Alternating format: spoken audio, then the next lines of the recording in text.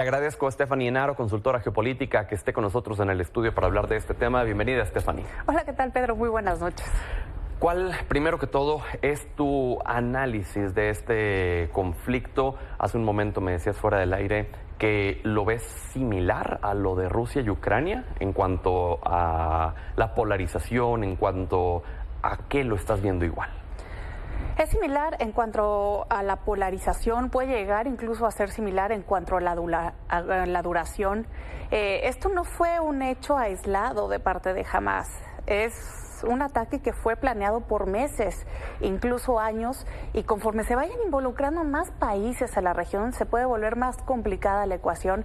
Ya hemos tenido respuesta por parte de Irán, que celebra estos hechos y apoya abiertamente a Hamás. Ya hemos tenido respuesta de Hezbollah, desde el sur del Líbano, apoyando a Hamás. También en Turquía, en Yemen. La situación se está ampliando de una manera rotunda y ya Estados Unidos está enviando portaaviones a Israel y esta es una gran señal. Esto, ¿a qué dimensión crees que podría llegar a escalar? Desafortunadamente los conflictos en Medio Oriente tienen todo el potencial para convertirse en conflictos regionales. Pero más allá de lo regional, estamos viendo un conflicto global. Hace rato estábamos viendo aquí imágenes de mexicanos en Israel, hay cerca de 5,000 mexicanos en Israel y aquí tenemos una comunidad judía bastante numerosa. Entonces creo que ya no solamente se trata de Israel o Palestina, es un conflicto global y hay que ver cómo están reaccionando las naciones, porque tenemos que Estados Unidos, Alemania, Reino Unido, Francia e Italia ya se pronunciaron abiertamente y están apoyando a Israel y hay otros países que apoyan a Palestina. Incluso hasta en los comentarios de la propia gente, me imagino tú lo has captado mejor que yo, hay mucha polarización. Hay quienes dicen es que este es un hecho atroz contra Israel y hay quienes le responden no, pero es que atroz ha sido lo que Israel ha perpetrado contra los palestinos desde hace tiempo, de llevar a cabo ataques sin necesitar una justificación de por medio. ¿Qué opinas tú de todo esto?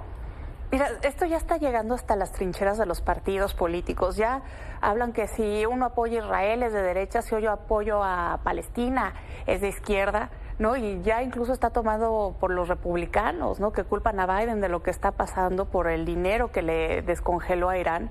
Entonces creo que francamente no hay una versión correcta.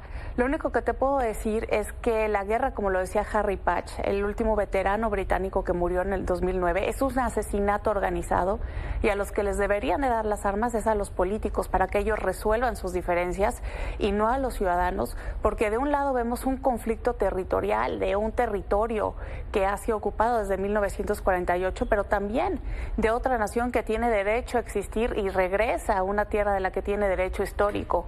Entonces, claramente hay que ver los dos lados de la moneda. También los ciudadanos en Gaza no le están pasando bien, tienen episodios de violencia diaria.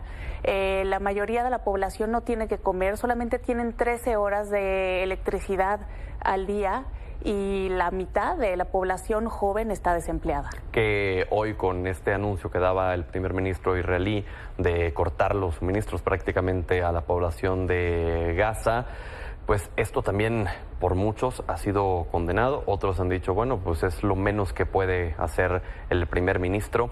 Pero ya desde antes también, hoy en día se han dado a conocer sobre todo los reportajes que se habían hecho anteriormente de cómo los ciudadanos de Gaza tenían que cruzar de forma diaria a Israel para poder trabajar, para poder incluso acceder a servicios médicos, incluso absteniéndose de hacerlo en Egipto, sino lo hacían ahí mismo, en Israel, y también cómo este muro de Israel pues los limitó, ¿no?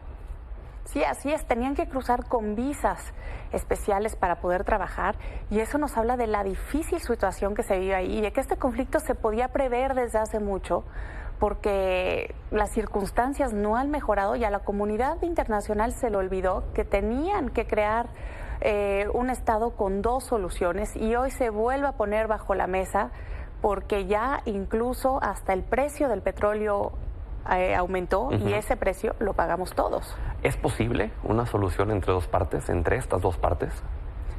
Es una solución difícil, pero sí se puede llegar a una solución, a un equilibrio, si la comunidad internacional lo decide, porque francamente ha sido un conflicto rezagado que hoy está costando la vida de muchísimos ciudadanos y que además está siendo utilizado por los extremistas de todos los lados del mundo, y esto no lleva nada bueno porque estamos regresando a las guerras culturales, Pedro, y este es el mundo en el que nos tocó vivir. Dijiste algo muy interesante. Es posible si la comunidad internacional lo decide, pero lo decide ¿cómo? Condenando, poniéndose de algún lado, manteniéndose neutral en el caso de como lo hizo México hoy, por ejemplo.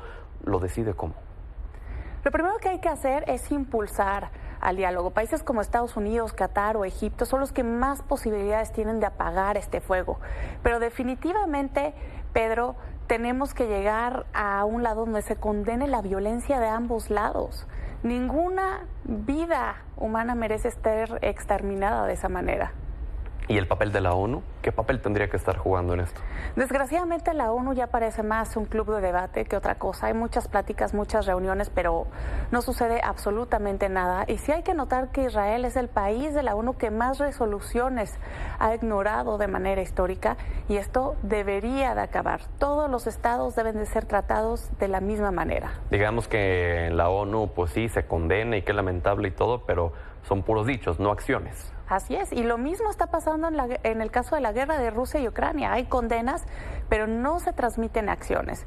Y creo que este es un muy buen momento para ver qué está pasando con nuestras instituciones internacionales y sobre todo ver qué quieren los ciudadanos que están en Gaza en este momento, porque son sometidos a la violencia, siendo 2 millones de personas en 45 kilómetros cuadrados. La mayoría son afectados.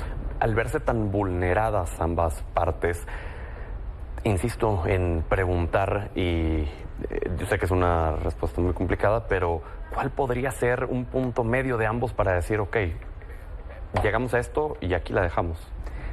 Yo creo que hay que enfocarnos en el territorio, Pedro. No es un conflicto religioso, es un conflicto territorial. Y a la medida que las dos partes sientan que tienen la justa medida de sus necesidades territoriales, se podrá llegar a una solución. Pero mientras lo llevemos a la ideología, a la religión, difícilmente vamos a solucionar algo. Pues con eso nos quedamos. Stephanie, como siempre, un privilegio que nos puedas brindar tu análisis. A ti. Muy buenas noches.